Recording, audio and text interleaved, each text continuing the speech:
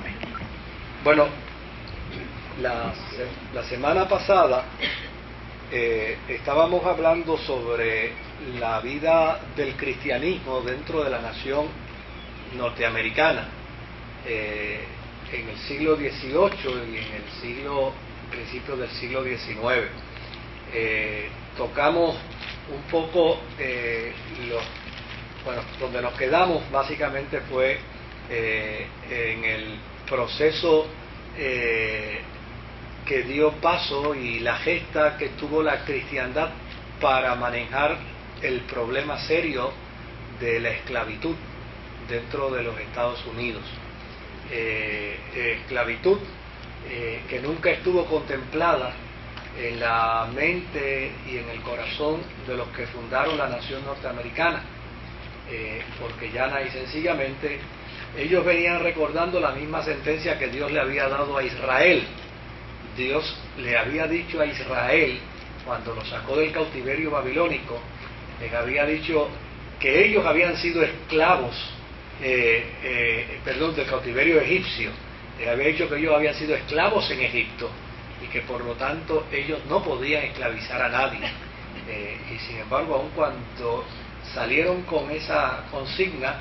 a la larga en el proceso también esclavizaron personas. Y desde luego los ingleses que salieron rumbo a América con el sueño de una nación cristiana, con el sueño de una nación que pudiera en alguna medida convertirse en símbolo de la fe cristiana y en modelo de la fe cristiana, sobre todo para Europa, que estaba en unos desatinos cristianos horrorosos como consecuencia de la ortodoxia que se había creado del movimiento calvinista, del movimiento arminiano, la ortodoxia católica, la ortodoxia luterana. Pues todo ese fenómeno había creado un tipo de experiencia evangélica que prácticamente era un desastre, porque en lugar de hacer del evangelio una experiencia de virtudes y de conductas cristianas, hacía del evangelio más una conceptualización filosófica, donde había más interés en hablar de lo que Calvino creía, de lo que la Iglesia Católica creía, en lo que los protestantes creían, más que de Jesucristo. Y desde luego en Inglaterra el fenómeno estaba aún en peor situación, porque todos nosotros conocemos y sabemos que el cristianismo de Inglaterra no surgió como consecuencia del catolicismo, ni tampoco surgió como consecuencia del protestantismo. El cristianismo de Inglaterra, la experiencia anglosajona o la fe anglicana, surgió como resultado de unos problemas personales que el rey tenía y que en alguna manera tenía que resolverlos, y la Iglesia Católica no le daba el espacio para poderlo resolver porque se quería divorciar para casarse entonces con una mujer que le diera un hijo, y por lo tanto finalmente rompe con la Iglesia Católica para lograr su objetivo y su meta. Así que el cristianismo inglés, a pesar de que es un cristianismo protestante, pero es un cristianismo que surgió más de la élite monárquica que del pensamiento teológico, más de la necesidad monárquica que del pensamiento teológico. Y los cristianos que llegan a Norteamérica llegan precisamente pensando en la necesidad de que se cree un pensamiento cristiano práctico. Pero desde luego ellos no vinieron solos. En cada embarcación que llegó de cristianos a América, ellos tenían el propósito de congraciarse con los indios, compartir con ellos, adorar a Dios junto con ellos, hacer de los indios norteamericanos una relación de amistad y hermanable. Pero en los barcos donde ellos vinieron también venía otra gente que estaban pensando cómo quedarse con la tierra de los indios, cómo de alguna manera lograr subyugar al indio para de esta manera ellos poder lograr sus metas económicas. y a la larga el poder económico pudo más que la intención de la fe. Y desde luego todo esto trajo como consecuencia que el hombre en América empezara a urdir un plan con el propósito y con la intención de quitarle al indio americano sus tierras. Esto no da paso ni permite, como hemos dicho y dijimos la semana pasada, para que generalicemos. No es justo decir que los ingleses vinieron a Estados Unidos a quitarle la tierra a los indios americanos, porque si bien es cierto, vino gente con esa intención, vino gente con ese propósito, también en esos barcos vino gente con el propósito de entrar en una estrecha relación con el indio americano y desarrollar con él una relación de amistad. El mejor testimonio que tenemos de eso es precisamente aquellos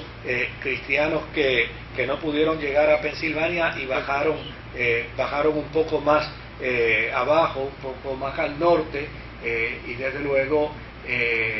por poco perecen todos ellos, y si no es gracias a los indios, todos hubieran perecido, porque 51 de los 99 de los 101 que vinieron murieron, y desde luego gracias a la intervención de la mano del indio es que ellos entonces pudieron celebrar el Día de Acción de Gracia, que es lo que conocemos como la llegada de los cristianos en el Mayflower, ¿verdad?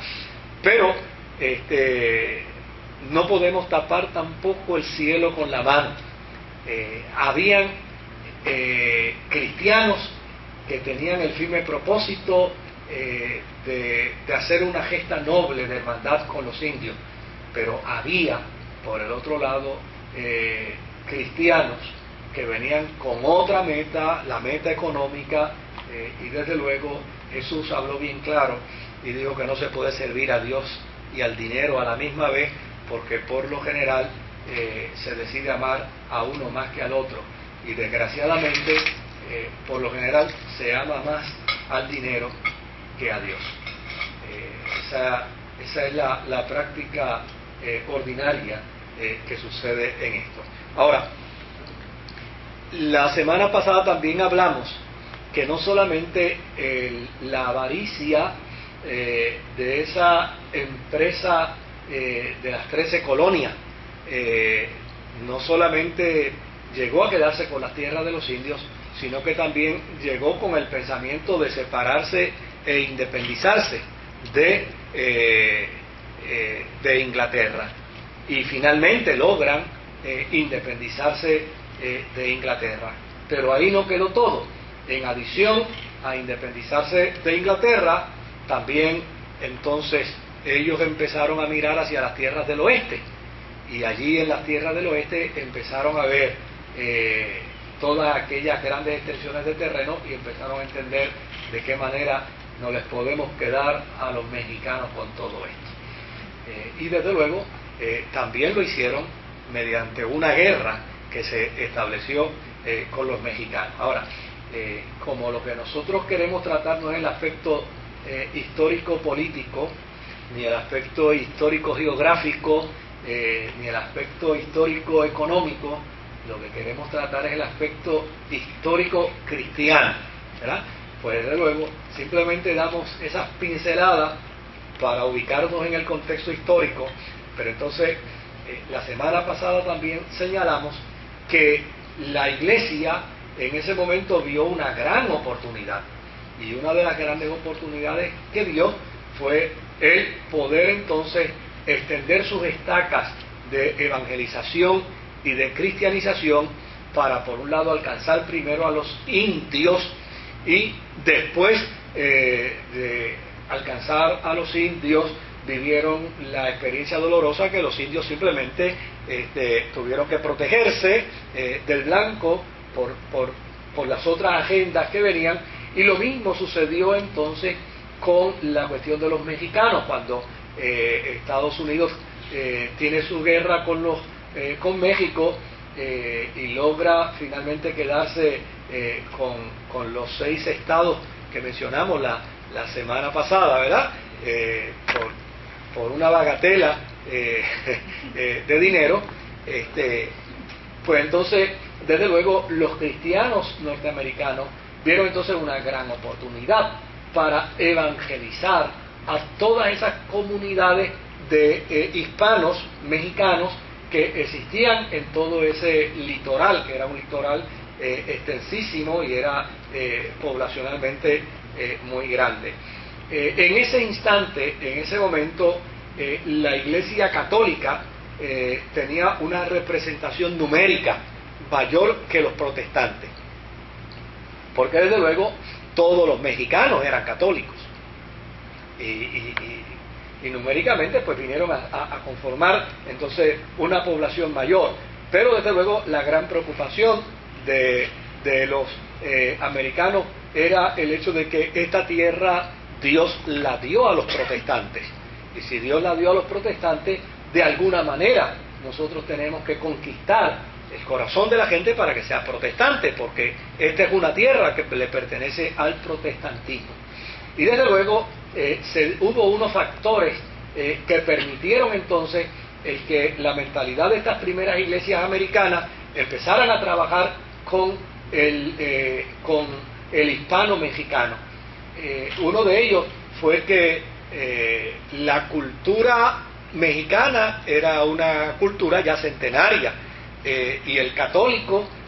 por lo general no solamente absorbe su fe, sino que dentro de su fe está también vinculada a su cultura, y por lo tanto una vez se terminó la invasión de los terrenos de México y Estados Unidos los logra, pues desde luego los católicos americanos mandaron obispos y arzobispos americanos a atender a los hispanos, y esta gente no comía tortilla, no sabía de jalapeño, no comían comida picante, y no conocían la tradición, no conocían la cultura, y desde luego a los mexicanos se les hacía bastante difícil poder engranar en el aparato católico norteamericano. Y eso brindó entonces la gran oportunidad para que los protestantes empezaran entonces a presentar una experiencia de vida religiosa distinta, más asequible, de mayor interacción, de más del tú a tú. Y eso hizo que posteriormente